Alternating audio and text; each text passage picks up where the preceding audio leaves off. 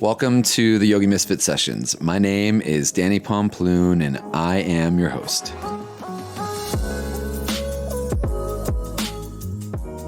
We're back with another Shut Up and Yoga and Yogi Misfits collaboration, and this is episode 3 of the summer series. And so far, it has been such a great time to have these writers on the show. This one, I specifically had, it was really hard because I had a really good time with all the writers, but I had not found out about Garrett until I got connected with him through doing this collaboration, and Garrett and I just had a really, really, really good time on the show, and I ended up kind of following deeper into his yoga journey and what he's doing, and I'm just like super, super, super obsessed. So I'm really excited to get him on the show. I was also really stoked, just in the anatomy world. This past weekend, I had one of my great friends in town, and we led our anatomy immersion workshop here in San Francisco, and it was a really, really, really good time, and it really inspired me to continue to offer even more trainings. There's a lot of stuff coming up that I'm super excited to share with everyone. If you're in San Francisco or you're going to be visiting San Francisco anytime soon, 2019, I am launching my 300-hour program with Noah Maze and Rocky Heron. So that'll be super exciting if you want to deepen your skills or you're thinking about taking that next leap. I'll leave a link in the show notes so you can check it out. It's officially the middle of July, so your summer is halfway over. If you're in San Francisco, you know that we don't have summer until not even August. August is more foggus for us here.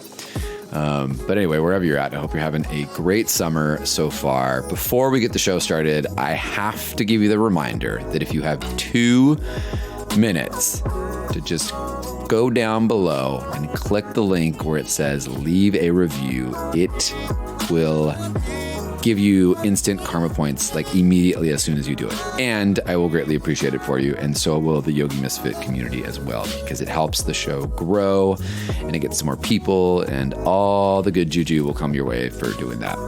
And let's not forget to thank our friends over at SF Yoga Magazine for giving us all the love, and we love you guys back. So leave a review. Thanks to SF Yoga Mag. And here comes episode 3 of the Shut Up and Yoga and Yogi Misfit Sessions summer series. Enjoy it.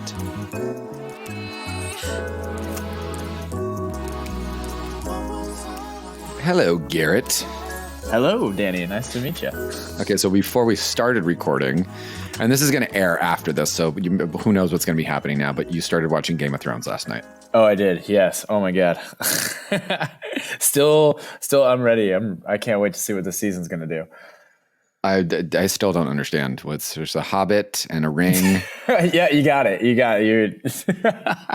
And a witch and a dragon, right? In a place called Narnia. Yeah. And then Jean Grey comes out, and then it's the Phoenix, and that's they're about to introduce the mutants. It's the greatest crossover above the Avengers. Yeah, it's gonna be fun.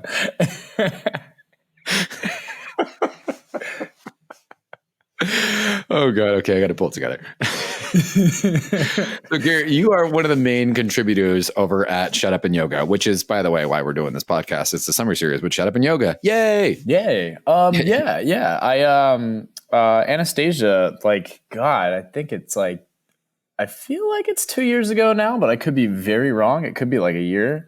But she had the dream of starting a nice alternative magazine that was kind of counter to a lot of the other stuff that you hear in some other popular yoga magazines, which are your chakras and what they look like in Lululemons and stuff like that. Right. And so she reached out to me when I was starting to contribute more through the internet off of my blog, and she asked me to be one of the main anatomy writers. And I mean, it's been an excellent and amazing relationship since then, because I really enjoy sharing for them. I don't even blog much anymore because I enjoy publishing everything there. Oh, very cool. So you're just doing a lot more work for them. Yes. Yeah. Well, and I mean, I'm also a chiropractor, so my daily life is insane as it is, and so I also don't have as much time as I would like to write. Ah, that's right. Yeah, you know what? I read that you were I knew this already. Yeah. I totally knew Yeah. this. Yeah. I'm not. I'm not surprised. Wait, let's talk about chiropractic really quick, and Please. then we'll jump back into the show. So I almost went to school. I moved up to San Francisco to go to Life West. Oh no way! Oh, they were our I rivals. swear, and then I decided not to go to school for another whatever how many years I had to do it. So I was like, I'll just go teach yoga. Oh, that's wild. Yeah, right. Yoga's always a good fallback plan. No. I kind of had it in the works already, but like, I thought it was going to be, I worked as a chiropractor assistant for like 3 years. Wow. Okay. Yeah. So you very much know my world, probably. Oh yeah, for sure. Yeah. For sure. Okay. So you're a doctor of chiropractic and you're also a yogi. Yes, sir. And you nerd out on all things movement. For the most part, yeah. I am kind of notorious for always having like some movement related book on hand and can lecture the crap out of you if you ask me the right question, kind of thing. What are you nerding out on right now? Oh, wow. Right now, well, I actually just bought a concussion manual book. So I'm actually studying more about concussions and stuff. Okay. Let's see. I am studying to test out for kin stretch. So I've been very interested in like some kind of gnarly active range of motion exercises and like kind of strength based stuff on that. I'm still reading Bernie Clark's Your Spine, Your Yoga. I like occasionally bust that out and read a chapter and then like sit there in amazement and wonder and move on to the next topic, kind of thing. That book just popped up in my Amazon, like books you might suggest or what books you might like or whatever. Hands down, at least in all the yoga books I've read, and I like Ray Long has always been like the gold standard for me, like his like key amazing poses of yoga and that kind of stuff.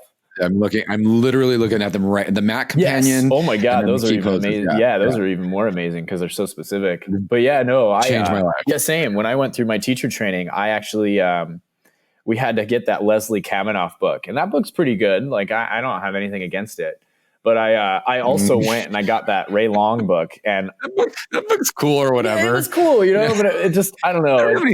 It seemed kind of old, you know? I like the more visual. Cool or whatever. I'm a more visual learner. So like I was getting more out of the Ray Long book. And I was in chiro school and like looking at this book and going like, holy shit, if I had this thing when I was studying like spinal anatomy, I would have had this amazing understanding of like these muscle relationships and stuff versus like the crazy intricate stuff that I had to learn, you know? So why are you liking Your Spine, Your Yoga? What's so good about it? The level of accessibility and the knowledge that's in it. Like all of the modern like movement educators and everything are like right on par with everything Bernie talks about. And he even like the stuff that he mentions to teachers, like the stuff, like the sidebars of like, what pelvic neutral. And it's like, he doesn't pick a side. He's like, this is complicated and there's no right answer. And so he has just such a more elegant view and a very, very like gets you to think about it versus just like, these are the facts, you need to memorize this and you're going to have a test on this tomorrow kind of thing. It's critical thinking. It is. Yeah. And there's a few teacher trainings that I'm doing anatomy for in the near future. And they all ask me like, okay, what books should we get our students to do? And I was like, Your Spine, Your Yoga and Key Poses of Yoga. I'm like, those are the hands down the best two out right now. Yeah. I've been meaning, like Jules Mitchell, I know just came out with a book, so that's on my list of things to do. She did just come out with the book. Yeah, I've been waiting for that book for I think like 3 or 4 years. She's insane smart. Oh, super smart lady, like super smart lady. And I've never really met with her, nor have I much interacted with her. But I'm sure one day our paths will cross and like the meeting of the minds and the. Her book is yoga and biomechanics or whatever, something right? Like the science of stretching or something like that. Yeah. Yeah. That dropped like a couple weeks ago or something. It dropped like her new album. That's what we yogis do, right? We drop our online class packages or our online courses and books. We drop knowledge bombs. Boom. Just like we drop chakras. Seriously. So yeah, I'm one of those people that's like, I used to be the guy that would read one book at a time because it was like kind of OCD in that regard. But nowadays I'm like, I have this chapter open on this book and in this chapter. And it's like, I wake up and I'm like, I'm feeling like learning about scapulas today. Yeah. So who's talking about scapulas? How do you keep it all like in one place? Like, how do you know where you're going to go and where you're not going to go? I think it's more just what I'm interested in. I kind of like when I plan my yoga classes, for instance, like I work for the city of Newport Beach, and it's cool because it's not a yoga studio. So I don't have to deal with a lot of like some of the crazier drama and whatnot that comes from that environment. And the way the schedule works, because I'm through the recreation department, is that when people sign up, they sign up for like 5 weeks of classes. And so it's like, you're with me 7:30 every Wednesday morning for the next 5 weeks. And so I get like this, I get to be like a doctor almost, where I'm planning out like a progression scheme to my students, because I get to know my students, and then I'm able to like, all right, next week we're doing more hamstrings while we're working on hip extension kind of stuff. So in large part, I think it goes with like, what am I currently interested in? Like, who might I have seen that just recently inspired me kind of thing? And then I go, all right, what do I already know about this? And then I make this whole hour long whatever, or like some of the posts I do, like themed type stuff too. So were you a yogi before you went to chiropractic school? I was, yeah. No, I've been doing yoga since 2005. Yeah, 2004, 2005. Okay. So I was never really like, I was like the typical high school kid, college kid that would just like go do asana at the gym, and like, ooh, this is fun. It's kind of stretchy, and like I can see my foot in the mirror. Or next week I want to see my foot in the mirror, kind of thing. Huh. Okay. I want to dive into a couple things with you. Yes, please. The first thing is, what is your, because you're writing, the anatomy stuff for Shut Up and Yoga. So, what is your, what's your take on the way that, I think that there's two different things. There's one that I like to tell people, sometimes I teach yoga. Yes. And then sometimes I teach people movement.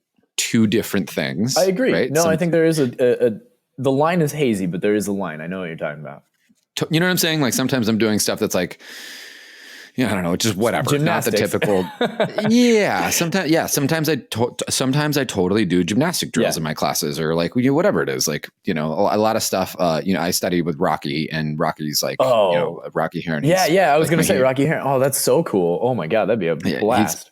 He's amazing, and he's taught me like so much. But like, what's your take on like yoga now becoming, movement based, in the sense that like we're pulling from these other areas and taking it into classes and then calling it yoga? Like, what's your opinion on it? How does that sit for you? That white guy living in the West, right? So like, let my biases be clear first and foremost. I'm a big fan of it, because I think what yoga, like first, like if you look at what yoga became, like when it went to the West, it got very exercise based. It got very asana based, and it became, there was still the elements of the mindfulness and the meditation and the self and all the stuff from like philosophy and tradition. But what really got promoted in the West was the exercise. And that was like, one, that's marketable, right? Like, hey, everybody, let's sit around for 20 minutes. And then a bunch of people in the West are like, what? No, why would I do that? I want to go do this instead, So I think to a certain extent, like, we need to look at it for what it is. Like, it has, even though asana was never the main intention in the past, it became about asana in the future. And so one, I think that we, us right now in the modern era, like we shouldn't forget about that. Like, but we also, like, for the people that are kind of more on the past side of things, like, yeah, it's fun to sit around and meditate, but that's not really what people are doing when they're talking about yoga anymore either.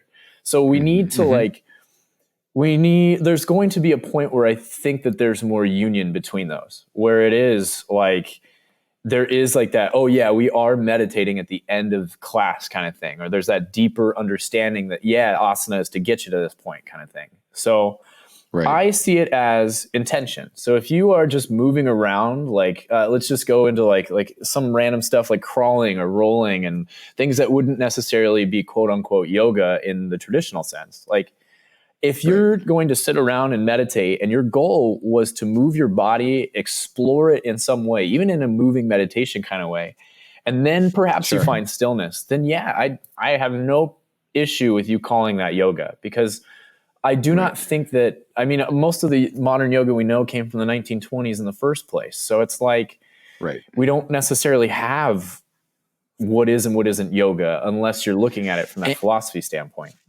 And it's important to remind people that are listening right now, like yoga, asana poses, like this stuff was pulled from Swedish gymnastics and like other types of forms of movement. So it wasn't just, you know, sacred pose. Like poses aren't that sacred. We have to remember that, yoga, right? Like poses are really book? Yoga Body by Mark Singleton, I think really outlines that pretty decently.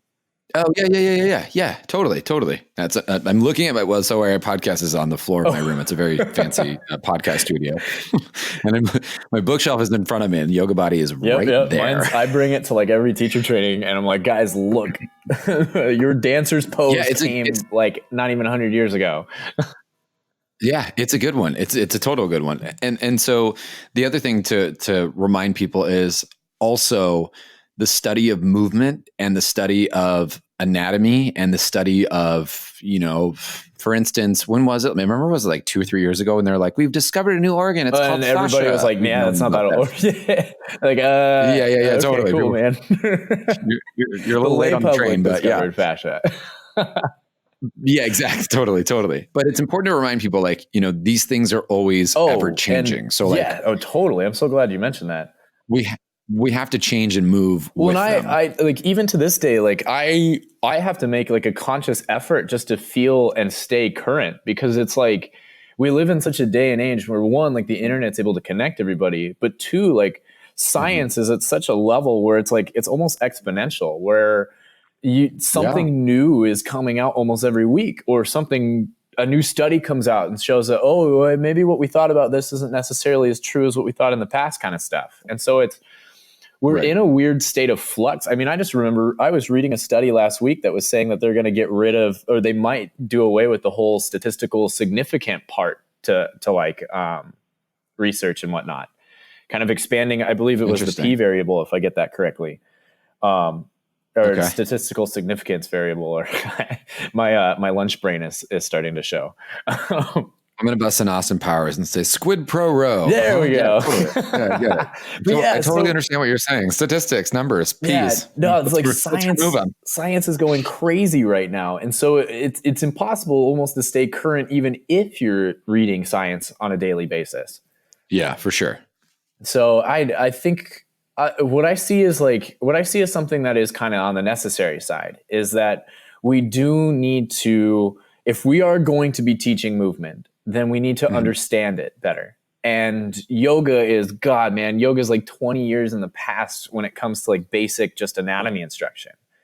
Right.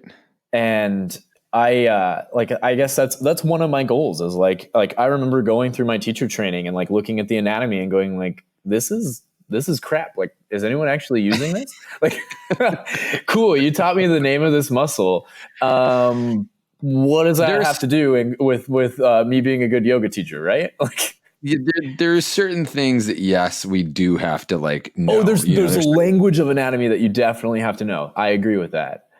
Yeah. But I also am like, hey, we live in the day and age of Google. You can, if you don't understand what abduction or abduction is, like, you can dear Google, what is abduction? I love that you write dear when you write Google. That's very sweet. I try to be nice, technology is slowly turning us all heartless. That's an understatement. It's a total understatement. If you haven't heard yet, I am officially giving out my flight school video series. So it's 5 videos. You get to keep these forever. And they're actually going to be releasing this week. Yes, this week, July 17th. That's what it is. It's 5 videos. They're all based on arm balances. So there's crow pose, there's side crow, there's Kundanyasana 2, so on and so forth. And it's 100% free.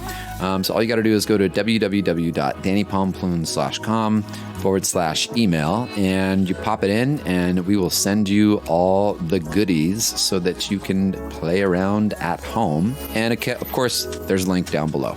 So So sign up and you will get the free video course. All right, let's get back to the show. How do you then differentiate, I guess, when you go in and you teach classes, your variation of yoga and movement? Yeah, that's something that I actually struggle with, especially like right now I'm going through and starting to like work more with kin stretch, and it's like I see parallels with yoga, and then I also see parallels where I'm like, no, this is exercise, you know? Right. And I ultimately think it just comes down to intention. Like if I am getting people to maybe move in a more exploratory sense, or maybe like find, you know, like the limits of their body and more or less either explore that or test it or challenge it, that kind of stuff. Right. And then we find time for self-inquiry after, then it's like, that's clear cut. That's yoga for me. Mm-hmm. But in other senses, like you can go to the gym and you can pick up a kettlebell and do a bunch of curls and squats and everything. And then you like driving home in the car, you're thinking like, oh yeah, like this is what I felt when I was working with the kettlebell. And I think that can still be almost as yoga as yoga in a classroom environment. I see. So it's kind of whatever gets you into that place. Yeah. So that's exactly, I think, kind of it. Like that is something that I struggle with still, because I think it's a hard definition. I've yet to see someone that I feel like hits the nail on the head when it comes to that understanding. But I ultimately think it's just intention. Like if you are not feeling very authentic and you're teaching a lot of movement under the context of yoga, then you don't need to call it yoga. You know, you can have plenty of fun class. Yeah. And there's great things that just come from moving. But I think if you really add that level of more mindfulness to it, or more like introspection, then you're definitely more on the yoga side of things.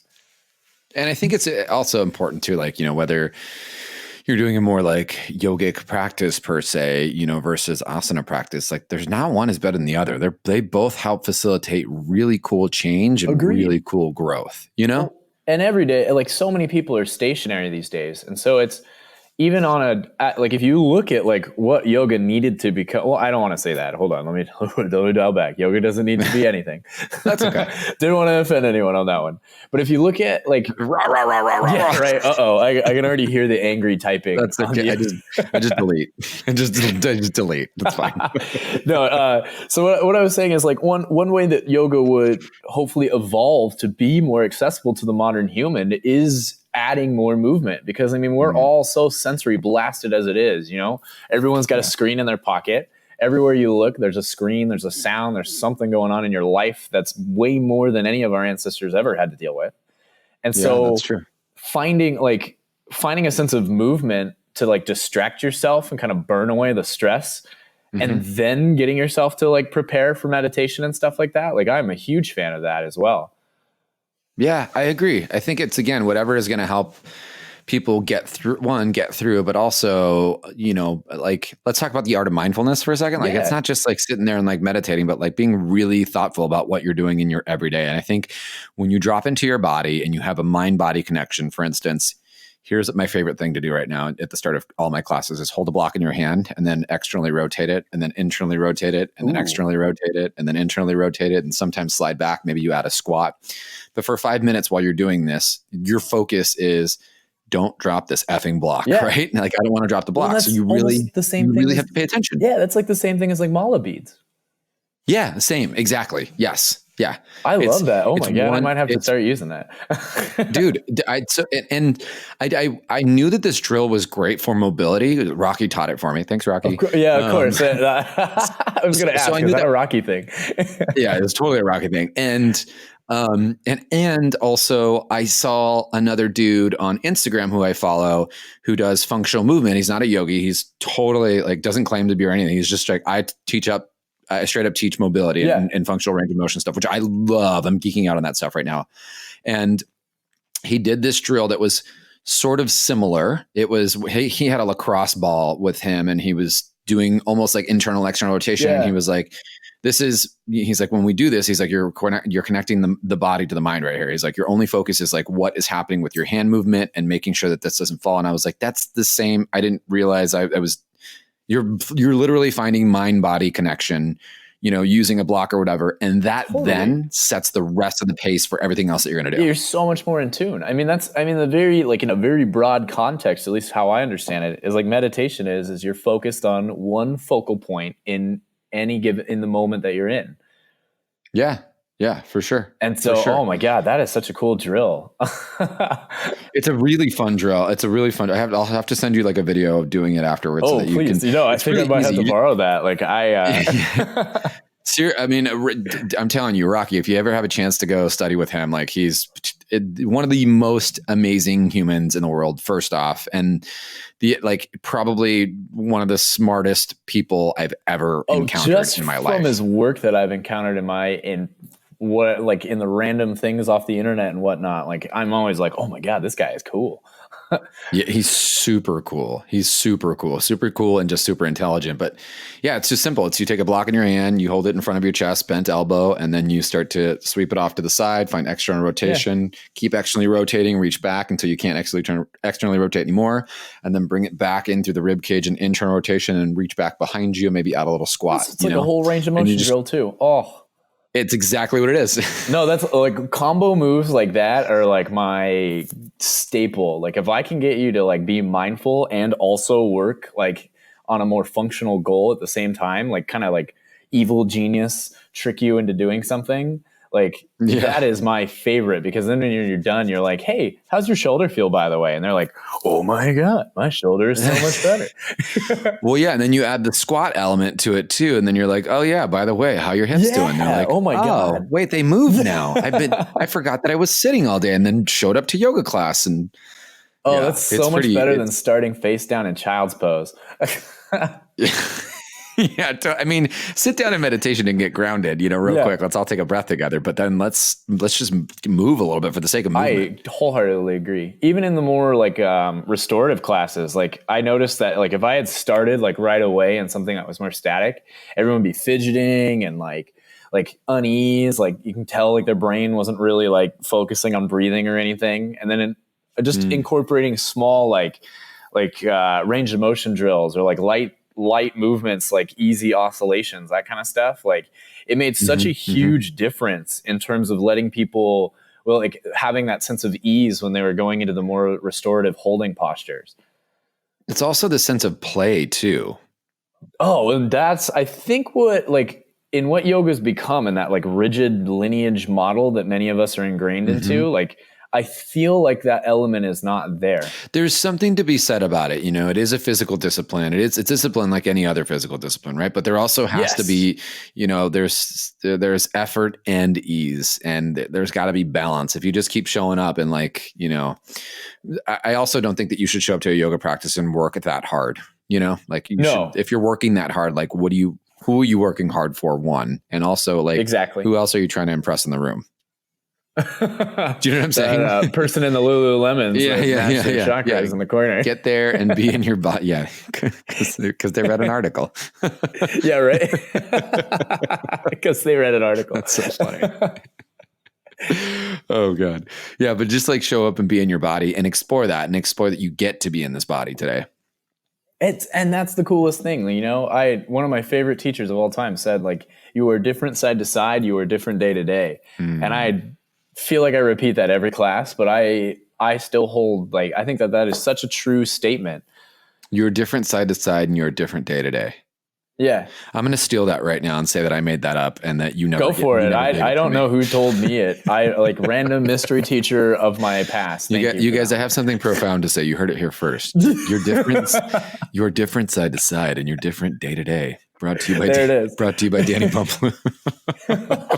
And now I've quoted it. I've already turned it into a quote. It's on Instagram. It's over. I just copywrote the entire thing. It's off to get a patent and everything. I'd wear the shirt. Why not?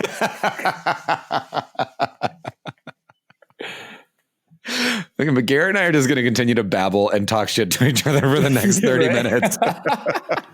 Yeah. Why weren't we friends before? Only God knows, but I'm super stoked this is happening right now. I know, right? This I was a little bit I was tired before this, and now I'm like, oh, I'm ready with energy. Like, I love it, man. Fun. I love it. Garrett, thanks for letting me just pick your brain about, what you do over at Shut Up and Yoga. You guys are doing some really awesome stuff there. I love, picking up articles, online when I have a moment just to check in, and it's nice to actually talk to the author himself. Well, thank you. And it's I read a lot of your stuff, and it's really good stuff. Thanks. That means a lot. Like a lot of it is just like me writing when I get a chance. And like a lot of times it's me trying to be a teacher when I don't necessarily have to be, where I'm like trying to learn more on my own, and like easiest way, or at least for me, like easiest way to learn something is to teach it, or the most powerful way to learn something is to teach it. Sure. And so that's more or less like, it's kind of funny. It's like almost like me writing out a study guide for my own self, and then just like, oh, hey, everyone, you want to read this too? Right.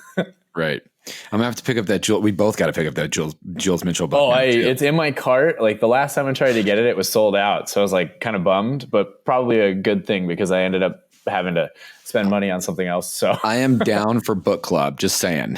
Oh, I was telling Anastasia, the creator of the magazine, like we should have like a book club almost, where it's like certain authors are like sharing whatever book they like, and whatever readers want to join into the discussion like are able to. Yeah, it's super smart. I mean, I do it with the podcast. I do a book club once a month, and it's super fun. That's so cool. Random stuff, and it works. Well, yeah, everyone's learning together in that regard. It's not just you on your island learning about hip extension and then trying to figure out a way to talk about it in class. Yeah, totally, for sure. And also, yeah, exactly. Like, that's where contemplation and questioning comes in when you have other people around you. Yeah. Awesome. Well, thanks again, Garrett, for coming on the show today. Oh, no, thanks for having me, Danny. It was a pleasure.